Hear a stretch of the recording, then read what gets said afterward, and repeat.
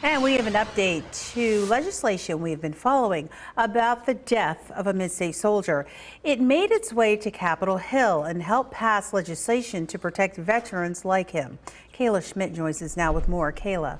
Valerie, it started last November when PA's U.S. Senator Bob Casey announced he was actively looking for a co-sponsor due to Midstate soldier Scott Laird dying of colon cancer. Well, Laird's wife and doctors attribute his death to breathing in toxic fumes from burn pits in Iraq. Now, fast forward 3 months, and that story is helping pass bills on Capitol Hill.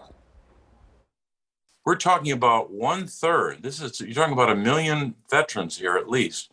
1/3 of the 3.5 million who served unable to access VA health care. Out of those 3.5 million who serve and 1/3 that have trouble accessing VA health care, one story that started here in the Midstate is now helping legislature at the highest level. Scott he really wanted to make the fight just a little bit easier for the soldiers getting sick after him. About 3 months ago, ABC 27 brought you the story of fallen Mechanicsburg soldier Scott Laird. He died from colon cancer, which his wife and doctors attribute to breathing in toxic fumes from burn pits in Iraq. The United States Senate took action, and this was by consent, meaning there didn't even require a vote. U.S. Senator Bob Casey co-sponsored Montana Senator Jon Tester's Healthcare for Burn Pit Veterans Act. And the bill passed the Senate last week with support from both sides and with Scott in mind.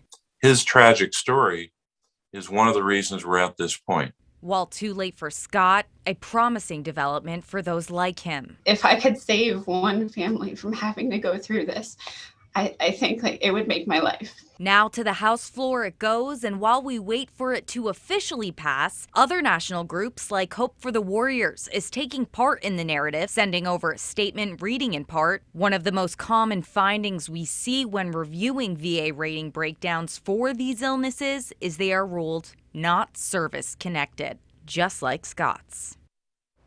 And we reached out to the VA. It doesn't have a comment at this time, but to read up on what this bill can do for post 9/11 veterans, if it passes the House, head to abc27.com.